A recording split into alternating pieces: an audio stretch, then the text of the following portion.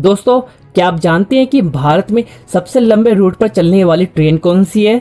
या चाइना के great wall की तरह ही ऐसी किसकी दीवार है जो ग्रेट वॉल की तरह ही है?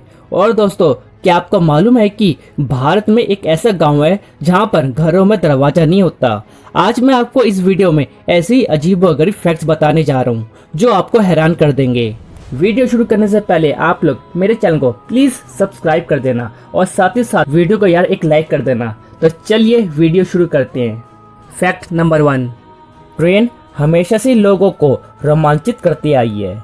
यात्रियों को देश के एक छोर से दूसरे छोर तक ले जाने की बात हो या फिर कोई सामान इधर से उधर ले जाने की बात हो, भारतीय रेलवे का योगदान हमेशा रहा है। भारतीय रेलवे इंडियन ट्रांसपोर्ट सिस्टम की हमेशा से ही रीढ़ रही है।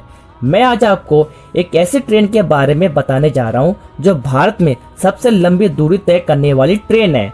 उस ट्रेन का नाम है विवेक एक्सप्रेस ट्रेन। विवेक एक्सप्रेस ट्रेन भारत की सबसे लंबी रूट पर चलने वाली ट्रेन है जो डिब्रूगढ़ और कन्याकुमारी के बीच चलती है और टोटल 4286 किलोमीटर की दूरी 82 घंटे 30 मिनट में पूरी करती है। पूरी यात्रा के दौरान यह ट्रेन सिर्फ 57 स्टेशनों पर रुकती है। फैक्ट नंबर 2, अक्सर हम किसी जज या वकील को देखते हैं तो वे काले रंग के कोट में देखने को मिलते हैं। भारत में 1961 के अधिनियम के तहत वकीलों के लिए सफेद बैंड टाई के साथ काला कोट अनिवार्य कर दिया गया था। यह काला कोट न्याय के प्रति उनमें विश्वास जगाता है और उन्हें समाज के अंदर एक सम्मानजनक स्वरूप प्रदान कराता है। काला रंग अधिकार और पावर बताता है और इसके साथ काला रंग दृष्टिहीनता का भी प्रतीक माना जाता है। काले रंग का कोट पहनकर कोई भी वकील पक्षपात नहीं करता।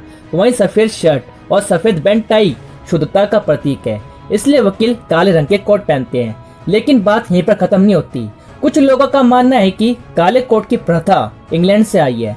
साल 1694 में ब्रिटेन की महारानी क्वीन मैरी की चेचक की वजह से मौत हो गई। तब वहाँ के राजा विलियम्स ने शोक सभा में सभी वकील और जज को काले रंग के कपड़े पहनने को कहा था। तब से वकील काले रंग के कपड़े पहनते हैं।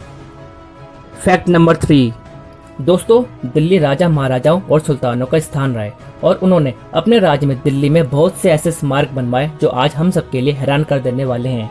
ऐसे ही स्मारकों में से एक है अग्रसेन की बावली। इस जगह से कुछ समय पहले तक ज्यादा लोग परिचित नहीं थे, परंतु बॉलीवुड की फिल्म पीके में अग्रसेन की बावली को दिखाया गया है। तब से लोगों में यह स्थान ज्यादा फेमस हो गया है। यह बावली दिल्ली में कर्नाट प्लेस पर हैली रोड के पास है।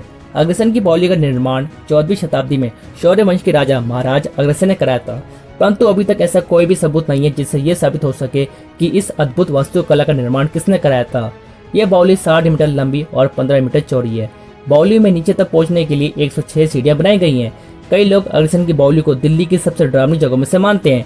ऐसा माना जाता है कि प्राचीन समय में इस कुएं में काला पानी हुआ करता था जो लोगों को संमोहित कर उन्हें अपनी ओर आकर्षित करता है और आत्महत्या करने के लिए विवश करता है। आज के समय में यह कुआं पूरी तरह से सूख चुका है और अग्रसेन की बावली में नीचे उतरने पर एक गहरी चुप्पी और अंधेरा दिखाई देता है।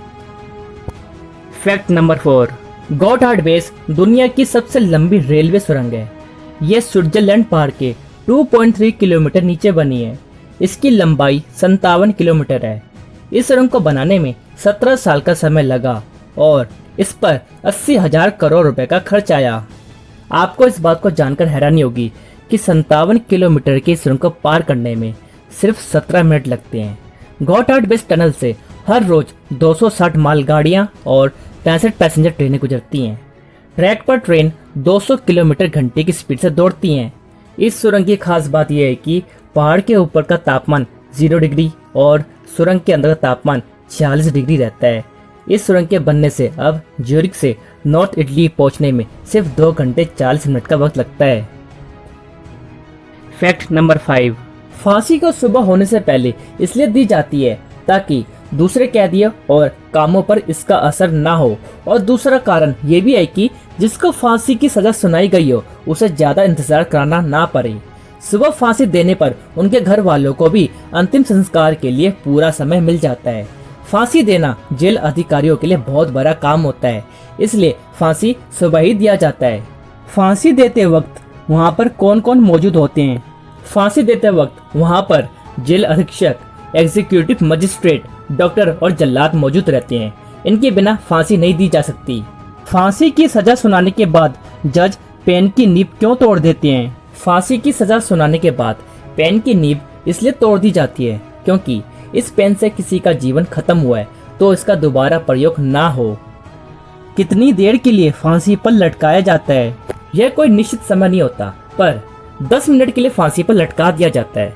फिर डॉक्टर फांसी के फंदे में चेकअप करके बताता है कि उसकी मौत हो गई है या नहीं। उसी के बाद डेड बॉडी को फांसी के फंदे से उतारा जाता है।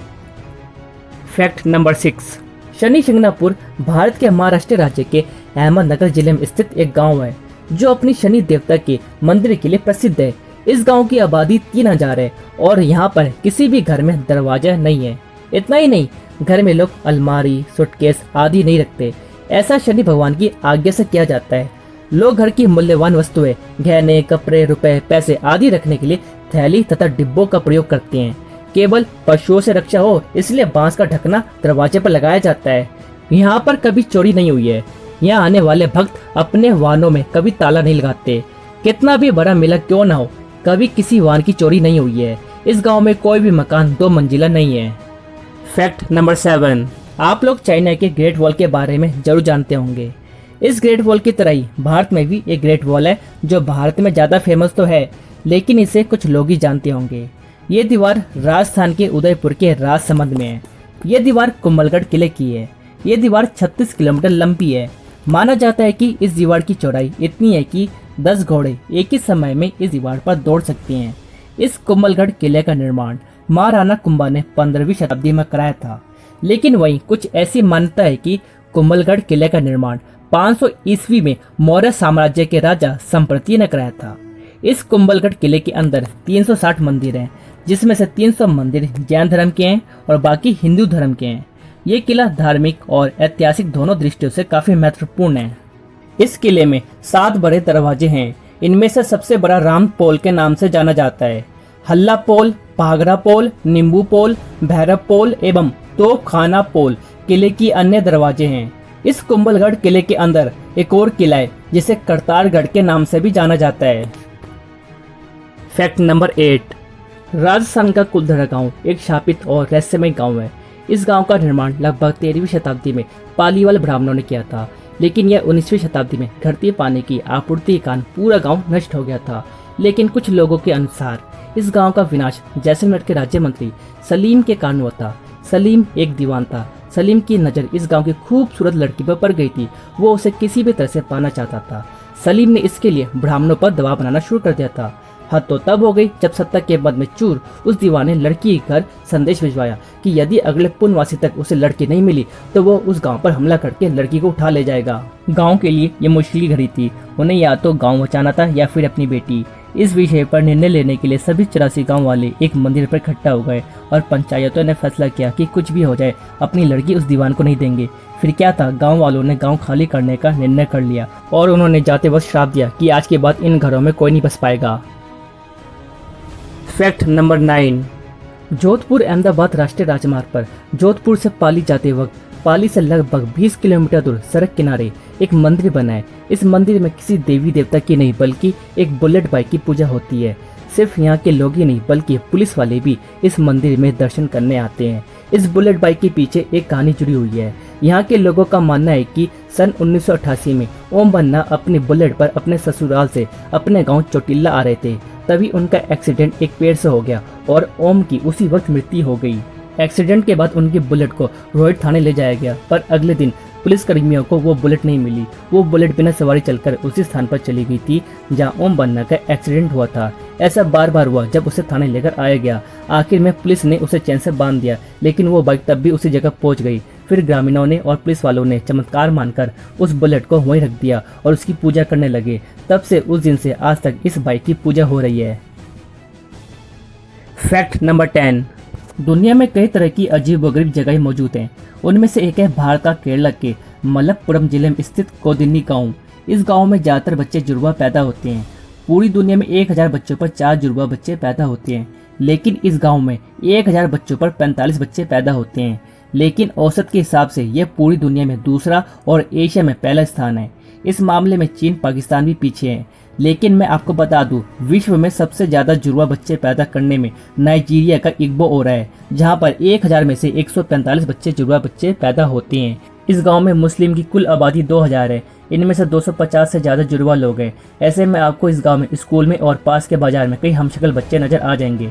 अगर देखा जाए तो शुरू में इस गांव में इक्का दुक्का जुड़वा बच्चे पैदा होते थे, लेकिन बाद में इसमें तेजी आई और अब तो बहुत ही ज़्यादा रफ्तार से जुड़वा बच्चे पैदा हो रहे हैं। इसका अंदाज़ा आप लगा सकते हैं कि कुल जुड़वा की आदि पिछले 10 सालों में पैदा हुए हैं।